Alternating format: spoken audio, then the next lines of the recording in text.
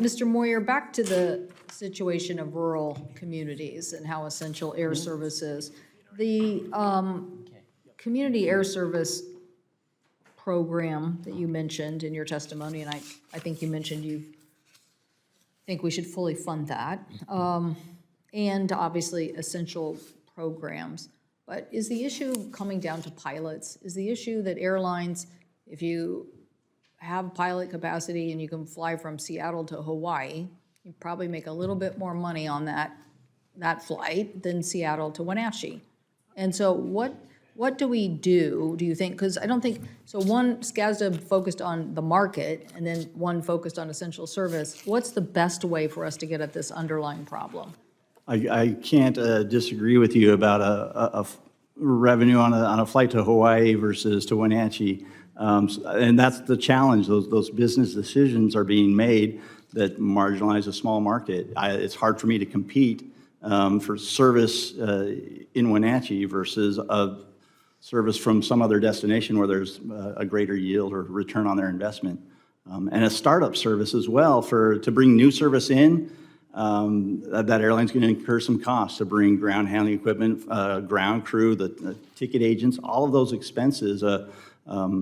They're looking to the airports, how can you help us with that startup? And so there's some questions there as far as infrastructure and equipment that I can't answer fully right now. That is the big challenge for us in competition in other markets. From a rural standpoint, I think everyone's agreed that everyone deserves accessibility. I don't think there's a question there. It's how do we get to it? The SCASD programs that are in place right now, with I think the last announcement was at $15 million. Is that enough to go as far as it needs to for enough communities to benefit from it?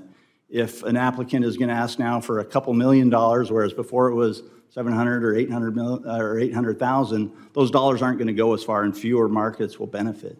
Well, I guarantee you, we did the CHIPS and Science bill with our colleague, Senator Wicker, with the notion that we were going to spread out innovation. And when you talk about the innovation that's happening in Wenatchee, which is amazing, people probably didn't get all the digestion of your comments about being in the diamond manufacturing business now, but you used to be an aluminum smelter there, and now you're manufacturing diamonds. And the community decided they wanted to do that, and as you said, the community told them that you would have air service, and I'm pretty sure you probably told Microsoft the same thing.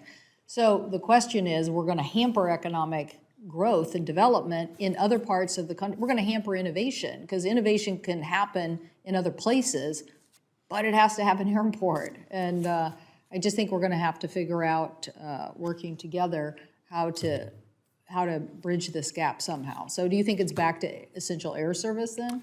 I don't know that it's essential air service. I think there are markets where that does make sense. But from the standpoint of Wenatchee, I couldn't say that I need essential air service. I don't think we wouldn't fit that criteria. There may be places where that's viable. So to just scrap that program, I couldn't sit here today and tell you that would be my suggestion. Okay, Ms. Nelson, thank you for being here. You mentioned in your testimony about chaotic scheduling by airlines that strain the system.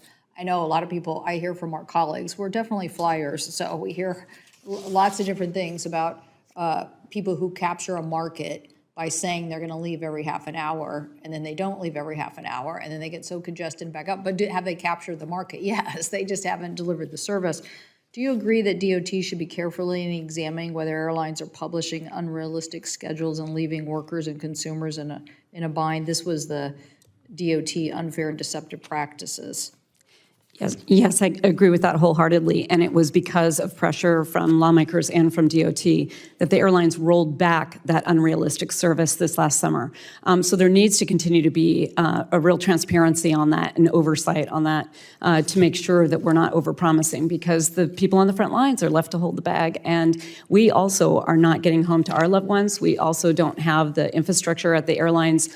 In some cases, they haven't purchased the new scheduling programs that allow them to to respond immediately, and they don't have the staff behind the scenes to be able to pick up the phone. So when the operation falls apart like that, many times the people on the front lines are left on hold for 5-6 hours to try to get through to a scheduler in order to get rescheduled. So it takes the proper investment in infrastructure for the airlines, it takes the proper staffing, both in terms of the front lines and the back end to support that frontline crew.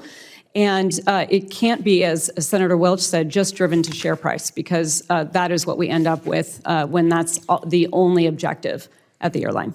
Mr. McGee, your testimony was clear, so I'm pretty sure you think that passengers deserve refunds in a timely fashion. But do you think we should also up the oversight by DOT on this so that you actually are forcing the airlines to comply with this?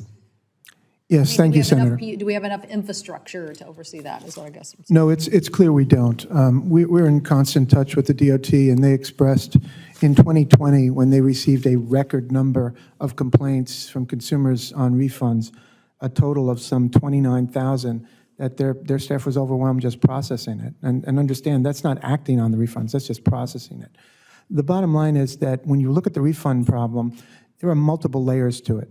One is the fact that we do have an existing DOT rule that says you are entitled to a cash refund if your flight is canceled for any reason, whether it's the airline's fault or not. It is clear that U.S. airlines and some foreign airlines have blatantly violated that rule, and there has not been enough enforcement on that.